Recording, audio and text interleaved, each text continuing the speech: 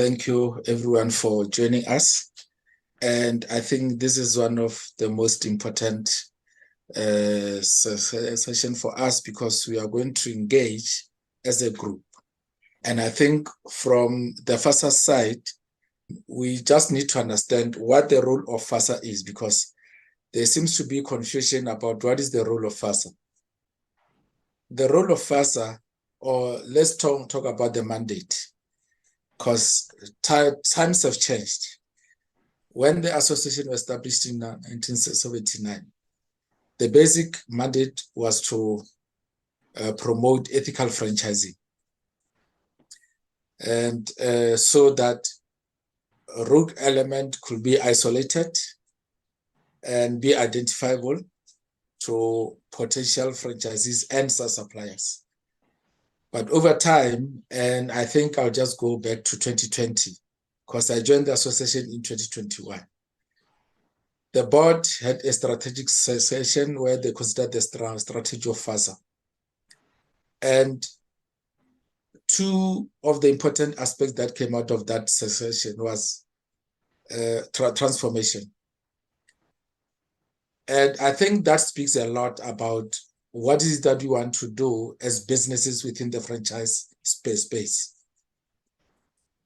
When I engage with some of our partners, just to understand and appreciate the landscape and the operating environment, one of the biggest issues that came through was that the franchise industry is not transformed. It doesn't cater for other entrepreneurs who want to get into the space. It's preventative due to other conducts. For example, one of those was funding. That how funding is structured is prohibitive in nature. Then the other issue was contribution towards job creation, because I think the industry and the board were aware that we have massive unemployment rate, and how best to grow businesses than creating investment opportunities that will create job opportunities. So it's more of tit for tat.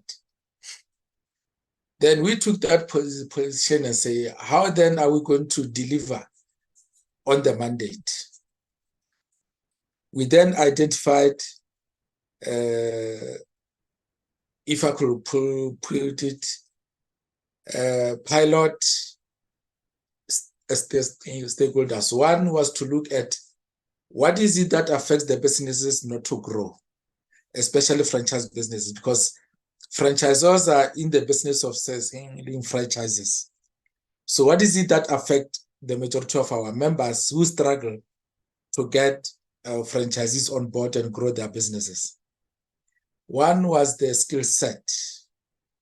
You have people who have money, who want to invest in franchise businesses, but they don't have the necessary experience and knowledge about how to run a franchise. And someday you want to use a franchise business as a side business, as a side hustle in the modern language. But then in order to deal with the issue of unemployment, there must be a mass scale of how many should buy into the franchise businesses. Then we looked at the issue of how do we get especially young and women entrepreneurs to get into the space. Then we had to look at areas where we can access and source training and development for those. We then approach SETA as the agency that is mandated to develop and upskill anyone who wants to get into business who have their businesses. Then we also looked at our members' banks, because they also have enterprise development. But then we managed to bring along and really get Inani involved in our programs, because Inani has been involved since 2011, but I think we didn't see much of attraction. Then we brought them closer and said, as the association, we need to take the issue of training and development serious, we need to put programs in place, and hence now we approach as a SETA. We have prepared an MOU with an implementation plan. And we also looked at the issue of formal training in terms of a module. Rose will testify to that, and James as a board member also will agree to that. That now we are waiting for SAQA to finalize the franchise manager occupational training course. The purpose of all those efforts is to get individuals trained, understand how to operate a franchise business. That will make it easier then for those guys to buy into existing business, because I believe that they become bankable.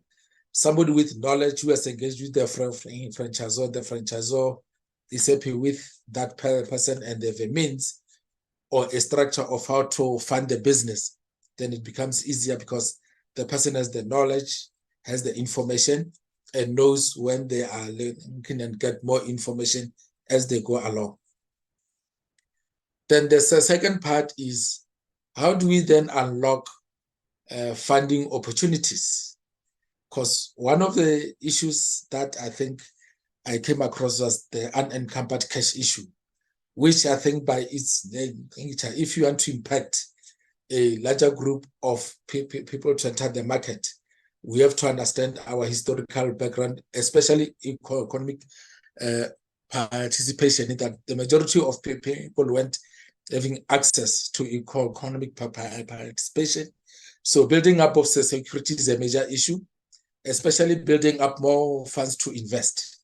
So we need now to engage with our members who are the banks, but we are also going beyond that. We are saying we have the Department of Small Businesses that has the tools, that has the resources. You have CEDA who provides with the tools, then we have CIFA that provides funding. But what we also say to our members is to say, soon we will be calling you into a workshop to say, these are the opportunities that we have created. Now it's up to you to take advantage of that. So I think now we are at a stage where since 2022, we've been working on the ground, if I could put it that way, to put systems in place where now when our members come on board, they come on board where they have to take advantage of the opportunities.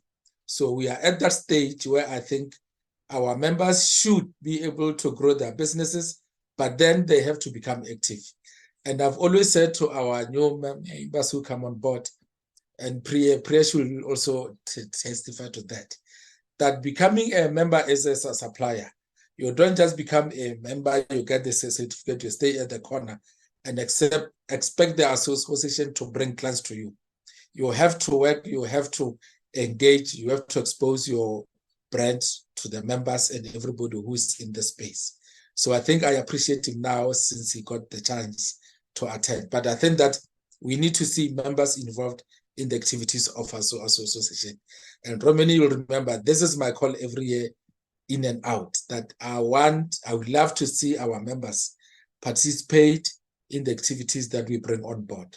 It may be a request for information, data, or whatever. That also helps because it assists us in driving the strategy for their benefit. So I think that is what we are working on. The conference is coming up. We have created a nice package for members.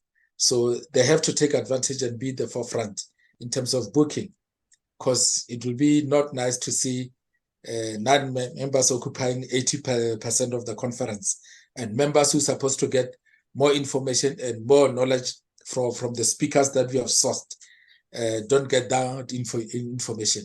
I think we should have time to gain the benefits from our membership.